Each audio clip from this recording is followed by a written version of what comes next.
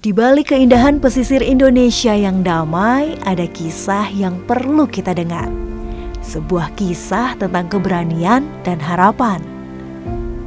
Kisah tentang nelayan di Indonesia yang memenuhi kebutuhan hidup dengan penuh perjuangan di tengah dampak pemanasan global.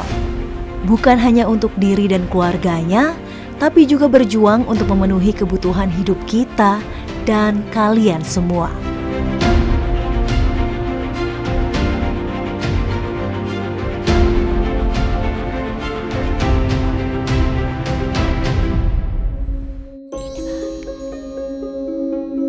Indonesia, negara dengan 17.000 pulau dan zona ekonomi eksklusif yang luas, menyimpan kekayaan sumber daya kelautan yang luar biasa.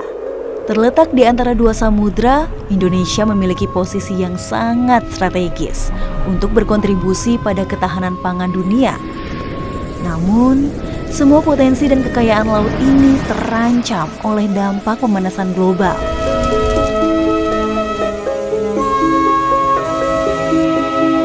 Adalah Rustan, pria 36 tahun asal Tarakan, Kalimantan Utara, merasakan sekali bagaimana pemanasan global sangat berdampak bagi aktivitasnya saat melaut.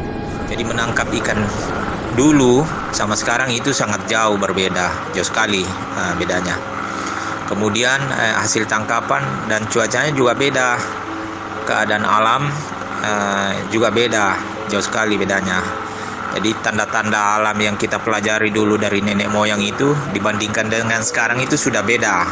Sudah berubah semua tanda-tanda alam itu. Pemanasan global juga berdampak pada kenaikan suhu laut yang mengganggu ekosistem di dalamnya. Sumber daya ikan semakin sulit didapat akibat populasi yang berkurang. Jadi dalam 1 bulan itu kita biasanya maksimal waktu itu sekitar 18-20 hari lah dalam 1 bulan. Tapi sekarang ini kita sudah kurangi karena itu tadi faktor cuaca, iklimnya sangat berubah, berbeda dengan dulu dan sekarang.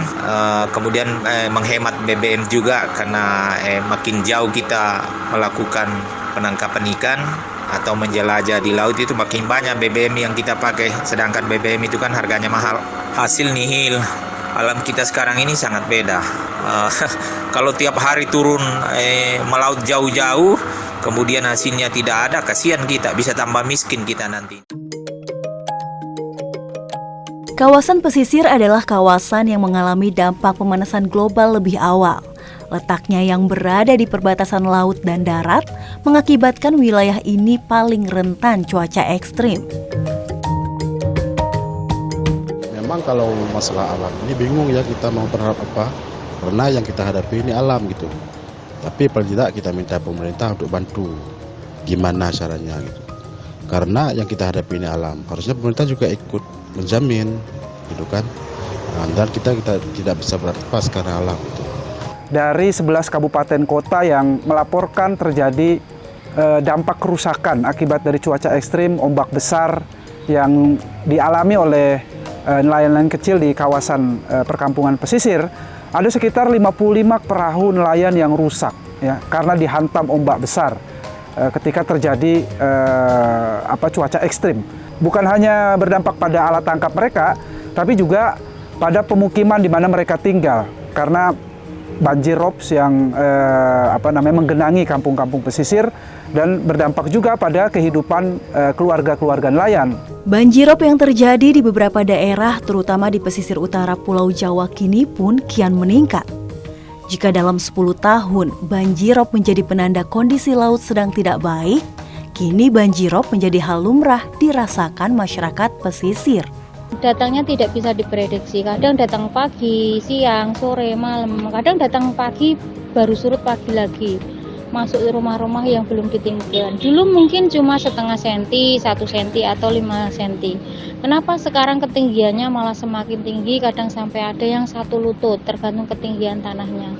Sampai-sampai masyarakat ini 5 tahun sekali meninggikan lantai, kemudian 5 tahun lagi itu meninggikan husen-husen untuk ya jendela sama pintu. Kemudian 5 tahun lagi harus bongkar total, kalau tidak begitu rumah nggak bisa dihuni. Karena setiap saat masyarakat kita yang punya tabungan itu selalu untuk kepentingan atau keperluan peninggian lantai atau renovasi rumah, sehingga untuk biaya pendidikan itu terabaikan. Berdasarkan kajian yang dilakukan oleh Bappenas tahun 2021, potensi kerugian ekonomi yang hilang akibat perubahan iklim dari sektor pesisir dan laut rata-rata mencapai 81,53 triliun rupiah per tahunnya. 80% nelayan kecil di Indonesia itu hanya memiliki profesi menangkap ikan saja. Mereka tidak punya profesi lain di luar menjadi nelayan. Jadi ketika ada gangguan di aktivitas penangkapan ikan, mereka tidak punya alternatif pekerjaan yang lain. Nah, kalau mereka tidak punya pendapatan, opsi yang paling cepat ya yang biasa dilakukan adalah mereka pinjam, utang ya. Dan kalau itu terakumulasi terus ya, tanpa ada skema atau solusi yang jelas ya dari pemerintah untuk mengatasi hal ini, saya kira itu akan menambah ya kesulitan hidup yang dialami oleh nelayan kecil dan tradisional ini. Pemerintah Indonesia sebenarnya telah berkomitmen mengurai emisi gas rumah kaca hingga 39% pada 2030. Ini tertuang dalam dokumen Long Term Strategy on Low Carbon and Climate Resilience 2050. Dokumen ini telah disusun pada 2020 silam. Sebagai negara tropis, Indonesia sebenarnya memiliki potensi energi terbarukan, seperti energi surya. Studi Institute of Essential Service Reform melaporkan bahwa potensi energi surya di Indonesia berkisar antara 3.300 sampai 20.000 gigawatt.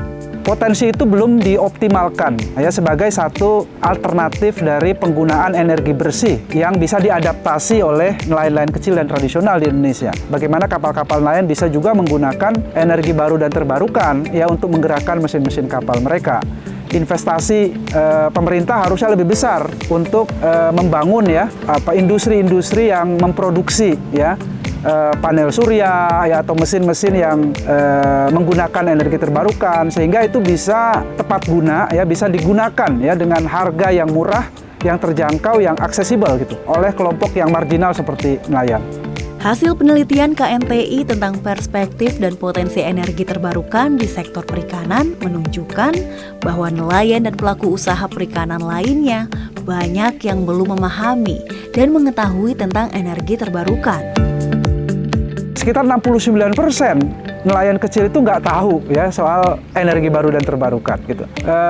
Ini merupakan satu kosakata baru ya bagi nelayan tradisional. Meskipun itu adalah tantangan yang harus dijawab ya oleh kita semua, oleh kami organisasi nelayan, oleh pemerintah ya. Nelayan kecil, masyarakat pesisir itu juga bisa berkontribusi bagi upaya adaptasi dan mitigasi perubahan iklim dengan menggunakan energi baru dan terbarukan dalam operasi penangkapan ikan.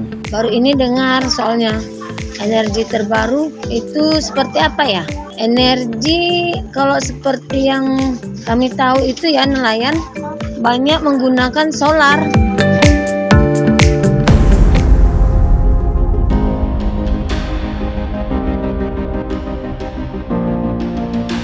Pemanasan global adalah masalah yang nyata. Dampaknya pun kian terasa. Harga perubahan iklim tidak seharusnya hanya dibayar oleh mereka yang berjuang untuk memenuhi kebutuhan kita, seperti perjuangan yang dilakukan Pak Rustan, Jerry Rahmat, Ibu Suntiah, dan Nilawati. Ini bergantung pada apa yang kita lakukan sekarang. Kita semua bisa mengambil tindakan nyata.